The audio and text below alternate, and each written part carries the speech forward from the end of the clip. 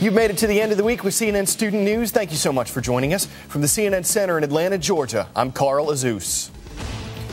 First up, water is the key ingredient in efforts to avoid a nuclear meltdown at a power plant in Japan.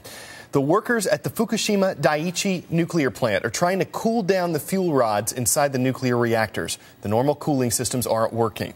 So engineers are using fire trucks and police water cannons, like you see in this animation here, to try to attack the problem from the ground.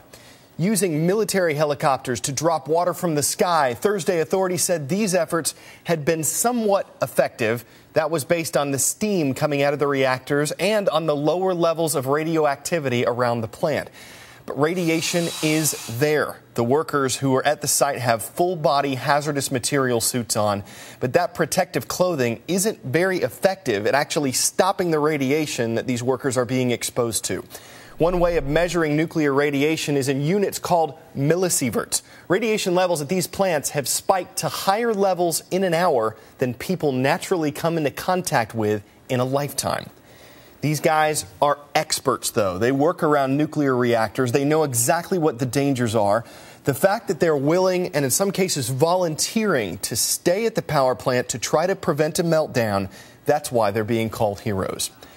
The massive earthquake that started all of this hit about a week ago, and Japan is still feeling aftershocks. Watch what happened while CNN's Dr. Sanjay Gupta was talking with Kiran Chetri from CNN's American Morning. We're feeling an aftershock right now, Kieran. I'll just tell you, I don't know if you saw that at all, but things are just moving around a bit on us. Even as I'm talking to you, these aftershocks have come quite frequently. It's still continuing here. You guys, okay? I think we're all good.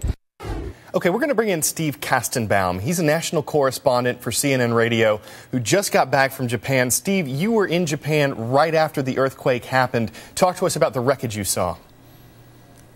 It was pretty amazing. The earthquake itself really didn't cause a lot of damage in much of the northeast region of Japan.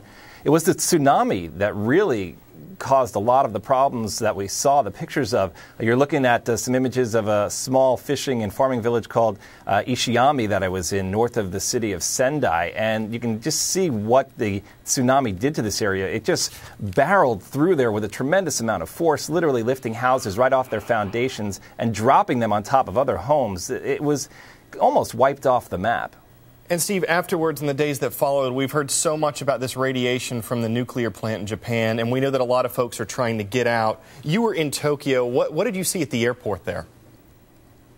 We saw massive crowds of people, the lines literally snaking through the terminals at Narita Airport in Tokyo. You're looking at some pictures I took on the day that we left, and look at that. The lines just went on for as far as the eye could see, and it took forever to check into the flights there. And the terminals were extremely crowded, yet it was in a very orderly place. Nobody was complaining. You didn't see looks of anxiety on people's faces. People just wanted to get out of Tokyo by any means possible, and they would take seats on flights that would get them out of the country, and it proceeded in a very orderly fashion. There really wasn't a panic at all. Tokyo, the streets of Tokyo, were unusually quiet, and traffic was very light for Tokyo, a city that's known for having incredible traffic jams. So people were definitely staying off the streets, most likely because of their fears about the potential for radiation contamination. Steve Kastenbaum from CNN Radio, thanks very much for speaking to us today on CNN Student News.